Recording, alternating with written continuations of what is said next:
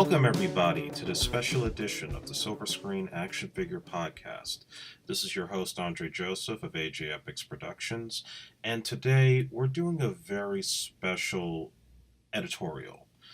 This is the first of many that I hope to do as we go along with this podcast, and normally, of course, we like to talk about movie licensed action figures, and certainly this ties in with today's topic. But I wanted to also diversify the overall scheme of the podcast and not just make it always about a topic of a film that spawned a toy line, but also just various different topics that involve film and toys and collectibles. So, today I wanted to discuss the I would say the epidemic of the end of the retail store era.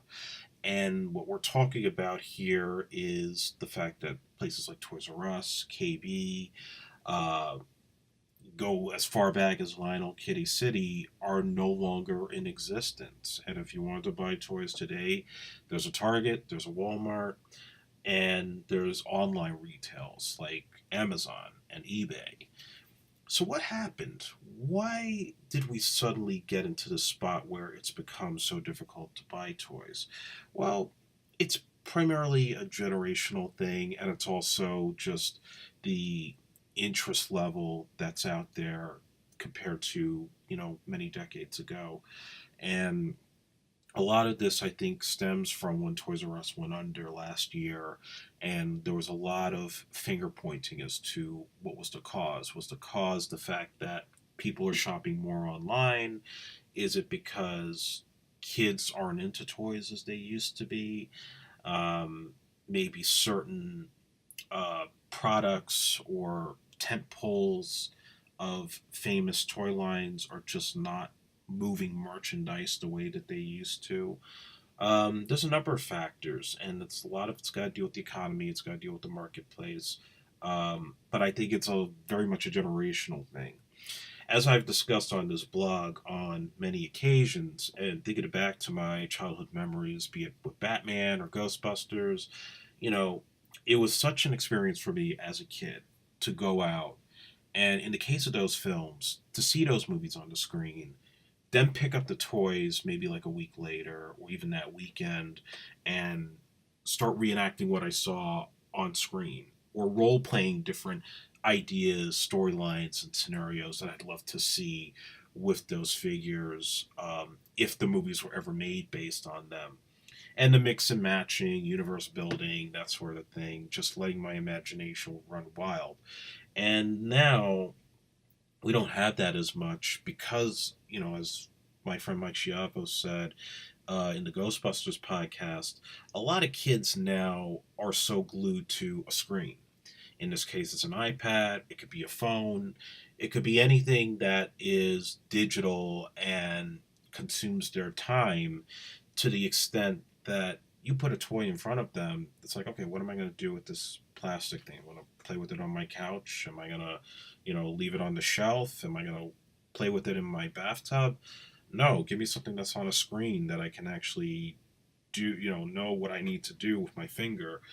And look, I mean, we go back as far as the late 80s, early 90s with the video game boom that was happening at that time with Nintendo and Sega and the 8-bit wars, the 16-bit wars. And, that definitely was probably the start of that generational shift where kids became more engaged in video games and to the point where now even adults, those kids who became adults are still playing video games to this very day because the graphics have become more heightened and the gameplay has become more of a cinematic experience as well as just the, you know, consuming those times and hours of trying to get to that last board, try to beat that last boss. Um, that's gone on for decades now. It's just become more enhanced to the point where the kids that are growing up probably as early as the kids born in 2000 and after are more used to things that are on a screen to play with, not an actual like action figure per se. So there is an experience that's getting lost in the digital age because toys go as far back as the ancient times. You know, little plastic models of Egyptians and animals, um, and then eventually getting to the point where they became more complex and expansive over time. And certainly, I would say that when Star Wars came out in '77, that certainly was the major shift in what constituted the success of an action figure.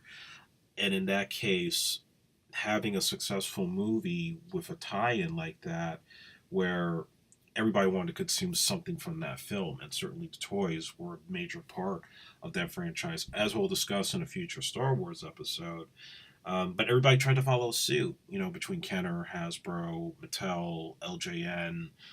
Um, you know, they all tried to find that one niche. It could be a movie, it could be a TV show, it could be a cartoon, and just market it off those action figures, knowing that those kids who see what they see on the screen are going to want to play with that stuff. They're going to want to have those favorite characters in their hand. And nowadays, that's not really so much the case. You know, they see the movie, they experience it, they have a good time, but they may not be as inclined to want to buy the merch. There's been some exceptions, and I think it really constitutes or comes down to the fact that if you have a highly successful film like Black Panther, for example, which is such a not just an ordinary blockbuster, but a cultural revolution, you know, that's going to certainly move the merch. Kids are going to want to buy a T'Challa figure or even a Killmonger figure and have that on their shelf or just to play with in general. Whereas Star Wars now, you know, the expectations had been so high on the recent film Last Jedi and maybe to a lesser extent Solo, that they stocked up the shelves with merchandise. And when the movie had its divisive reaction, you know, that also showed in the sales because they just weren't moving and there weren't enough new or exciting characters that people wanted to go out and buy figures of, um, or even the vehicles or try to recreate the play sets. It just something was lost, something was missing, and it's only become more hurt by the fact that there's no more Toys R Us, there's no more of these big time retail stores, and that certainly I think is going to have an effect for the franchise's future. So it's really on a case by case basis, with different properties, which ones will move, which ones won't. Wrestling figures will always continue to sell no matter what, as far as I'm concerned. But that also kind of ties in with the next thing, which is, you know, is it really dead? Is the toy phenomenon completely finished? And I say no, because we also live at this time now where people my age and a little younger and a lot older are still collecting. And what's happened now is that companies like NECA, companies like Mattel, are starting to see that the retro direction is the way to go. So Hasbro recently, with Toy Fair, just unveiled a new line of Star Wars action figures that are going to be made in the exact same 3/4 inch molds and designs as the original action figures. So it's not just recreating the toys from 1977 to 85, but they're also going to add the characters we didn't get at that time. So we're going to get a Grand Moff Tarkin. We might even get prequel figures in that design, maybe even the current films in those very original retro designs. And you know, there's also companies that are trying to make toys of the He-Man style. You know, all the horror movie characters like Freddy Krueger and Jason and Michael Myers. They're kind of making like those kind of muscular type of builds that they used to do in those days. So this is all happening. This is real. So you know, time will tell where we go in the next couple of years. I think everything's going to be on an online deal. Even the Funko reaction toys are certainly a big collectible item that are keeping my interest going in toys. So, you know, the chapters are not yet written for where things head Maybe Toys R Us comes back at some point. Maybe we get KB Toys back. But it won't be the same. I don't think they're going to be as big as they once were.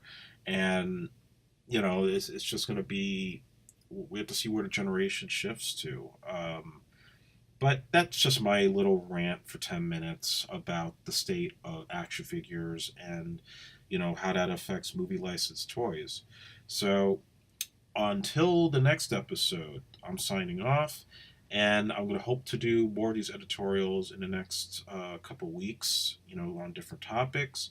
And please subscribe, follow us on Twitter, Silver Screen at AF1, and follow us on Facebook. And if you want to comment or have suggestions on future episodes, absolutely, email us or contact me directly on Twitter and Facebook. This is Andre Joseph, signing off.